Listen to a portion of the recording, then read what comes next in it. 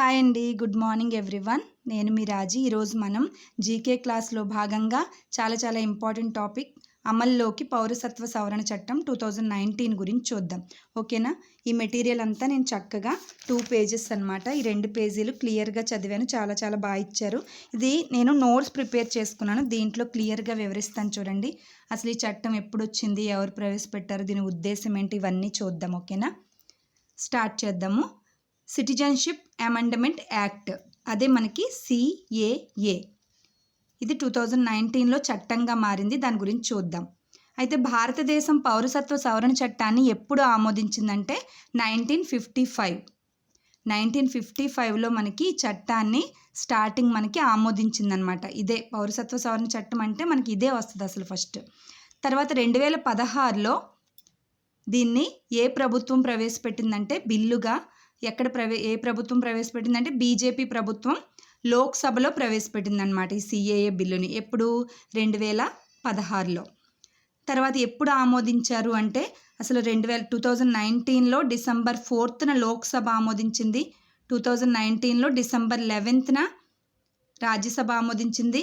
December 12న రాష్ట్రపతి ఆమోదించడంతో ఎప్పటికైనా సరే వీళ్ళందరూ ఆమోదించినా చివరికి రాష్ట్రపతి ఆమోదంతోనే మనకి చట్టంగా మారుతుంది. అవునా? 2019 డిసెంబర్ 12న మనకి చట్టంగా మారిందనమాట. అందుకే ఈ చట్టం పేరు మనకి 2019 చట్టం అని పేరు వచ్చింది. ఓకేనా? డిసెంబర్ 4థనేమో లోక్సభ, 11థనేమో రాజ్యసభ, 12థనేమో రాష్ట్రపతి. ఇంకా రాష్ట్రపతి ఆమోదంతో చట్టంగా మారిందనమాట. అయితే కేంద్ర ప్రభుత్వం ఈ చట్టంగా మారినప్పటికీ నోటిఫికేషన్ జారీ చేస్తేనే అమలు అవుద్దనమాట. కేంద్ర ప్రభుత్వం మనకి ఎప్పుడు నోటిఫికేషన్ జారీ చేసిందంటే చాలా ఇంపార్టెంట్. 2024 March 11th. ఇప్పుడు డేట్స్ ఎక్కువ ఇస్తున్నాడు ఇప్పుడు ఎగ్జామ్స్లో, గుర్తుపెట్టుకోండి. మార్చ్ 11న రీసెంట్గానే, అందుకే ఏప్రిల్ కరెంట్ అఫైర్లో ఇచ్చారు ఇది. మార్చ్ 11న నోటిఫికేషన్ జారీ చేసింది కేంద్ర ప్రభుత్వం. అయితే అసలు దీని ఉద్దేశం ఏంటి? CAA యొక్క ఉద్దేశం ఏంటంటే పాకిస్తాన్, బంగ్లాదేశ్, ఆఫ్ఘనిస్తాన్ దేశాల నుండి, చూడండి 3 దేశాలు, పాకిస్తాన్, బంగ్లాదేశ్, ఆఫ్ఘనిస్తాన్ దేశాల నుండి భారతదేశానికి వలస వచ్చిన ముస్లిమేతర శరణార్థులకు, ముస్లింలు కాకుండా మిగతా వాళ్ళకు, ముస్లింలు వస్తే వాళ్ళకి చెల్లదు మళ్ళీ ఇది, ముస్లిమేతర శరణార్థులకు అంటే శరణమని వచ్చిన వాళ్ళకి ధృవీకరణ పత్రాలతో నిమిత్తం లేకుండా, అంటే ఐడి ప్రూఫ్స్ ఎక్కువ లేకపోయినప్పటికీ మినిమం ఉండాలి, ఎక్కువ లేకపోయినప్పటికీ పౌరసత్వం కల్పించడం 2019 చట్టం యొక్క ముఖ్యమైన ఉద్దేశ్యం అన్నమాట. ఈ దేశాల నుండి వచ్చిన శరణార్థులకు పౌరసత్వ చట్టం, సిటిజన్షిప్ ఇవ్వడం, ఐడి ఇవ్వడం అనేది వీళ్ళ యొక్క ఈ చట్టం యొక్క ఉద్దేశ్యం. అయితే దీని ప్రకారం 2014 డిసెంబర్ 31లోగా భారతదేశానికి వచ్చిన వారికి ఈ సిటిజన్షిప్ ఇస్తారనమాట.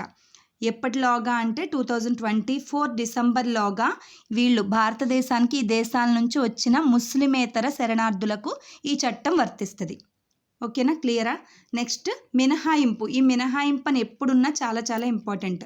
అంటే అస్సాం, మిజోరాం, త్రిపుర ఈ 3 రాష్ట్రాల్లోని గిరిజన ప్రాంతాలను ఈ చట్టం నుండి మినహాయించారు.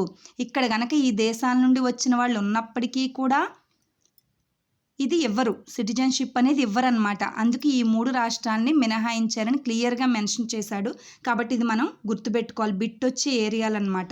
చట్టం ఎప్పుడు, ఉద్దేశ్యం ఎప్పుడు కేంద్ర ప్రభుత్వం నోటిఫికేషన్ జారీ చేసింది, ఏవి మినహాయింపు అనేవి చాలా ఇంపార్టెంట్.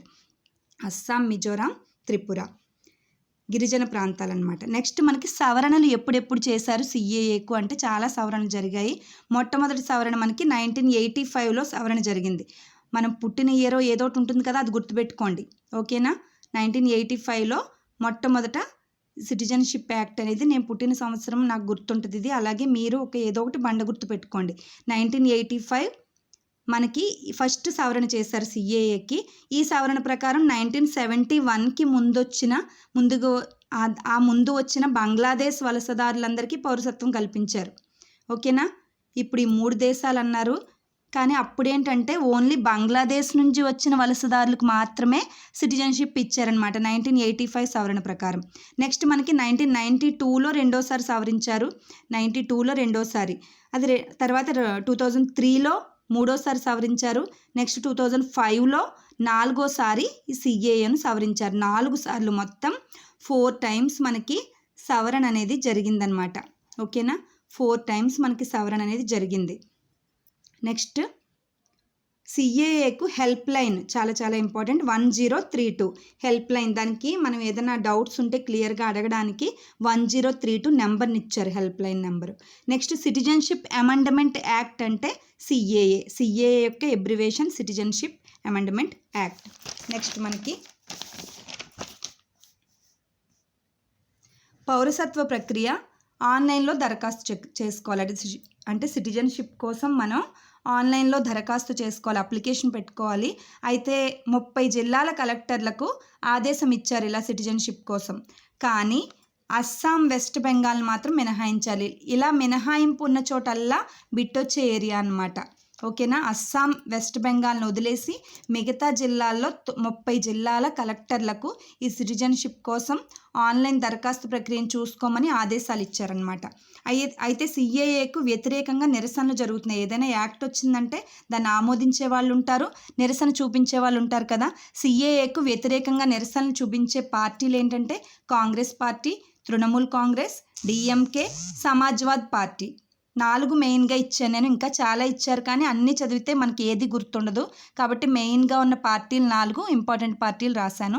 తర్వాత కొందరి పట్ల వివక్షత చూపేలా ఇది ఉంది అని చెప్పింది మమతా బెనర్జీ.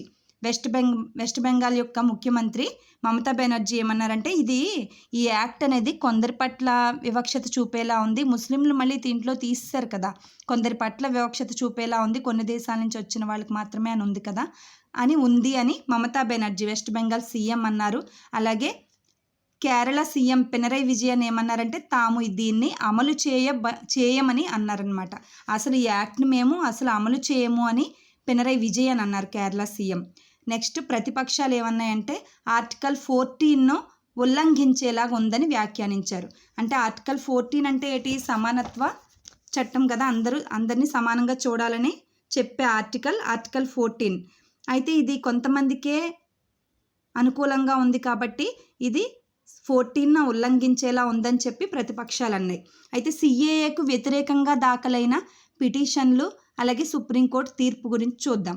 ఈ తీర్పు ఏం చెప్పిందంటే 2014 చట్టంపై స్టే విధించాలని చెప్పి ఈ సుప్రీంకోర్టు ప్రధాన న్యాయమూర్తి డివై చంద్రచూడ్ అలాగే మిగతా న్యాయమూర్తులు జేబీ పార్దివాలా, మనోజ్ మిశ్రా కూడా కోరారనమాట. చంద్రచూడ్, పార్దివాలా, మిశ్రా ఈ ధర్మాసనం ముగ్గురు కూడా ఏం కోరారంటే ఈ చట్టంపై స్టే విధించాలని కోరారు. స్టే విధించాలంటే ఎప్పటికి మళ్ళీ అది రిలీజ్ అవుద్దో మనం చెప్పలేం. ఆ తీర్పు కోసం మనం ఎదురు చూస్తున్నాం అనమాట. ఏప్రిల్ 9కి వాయిదా వేశారు కానీ ఆ తీర్పు ఇంకా రాలేదు. దానికోసమే నేను మే కరెంట్ అఫైర్ కోసం వెయిట్ చేశాను. ఆ బుక్ వచ్చేసింది. మేలో ఏమి ఇచ్చాడంటే తీర్పు మాత్రం ఇంకా రాలేదు. అంత గమ్ముని తీర్పులు రావు కదా. అయితే సిఏఏ అమలుపై అమెరికా ఆందోళన చూపుతుందట. అదేంటో చూద్దాం. అమెరికా గవర్నమెంట్ ఏదో చెప్తుంది. మతం లేదా విశ్వాసం కారణంగా పౌరసత్వాన్ని నిరాకరించడం తగదని అమెరికా గవర్నమెంట్లోని USCIRF అంటే మత స్వేచ్ఛా కమిషన్ అన్నమాట. మత స్వేచ్ఛా కమిషన్ ఆందోళన వ్యక్తం చేసింది. అంటే ఇది కరెక్ట్ కాదు, ముస్లింలకు మళ్ళీ ఇవ్వట్లేదు, అలాగే కొన్ని దేశాల వాళ్ళకే ఇస్తున్నారు. మతం లేదా విశ్వాసం కారణంగా సిటిజన్షిప్ ఇవ్వకపోవడం, కొంతమందికి ఇవ్వకపోవడం అనేది కరెక్ట్ కాదు అని ఈ మత స్వేచ్ఛ కమిషన్ అమెరికాలో ఉంది ఆందోళన వ్యక్తం చేసిందంట. అంటే ఇప్పట్లో ఇంకా తీర్పు రాలేదన్నమాట దీని గురించి. ఓకేనా. ఇదండి సిటిజన్షిప్ యాక్ట్. మెయిన్ పాయింట్స్ అన్నీ నేను కవర్ చేశాను. ఇంపార్టెంట్ గుర్తుపెట్టుకునేలాగా నేను రాస్తున్నాను, మీకు చెప్తున్నాను. Please subscribe my channel. Keep watching. అలాగే లైక్ చేయడం మర్చిపోవద్దు. Thank you so much.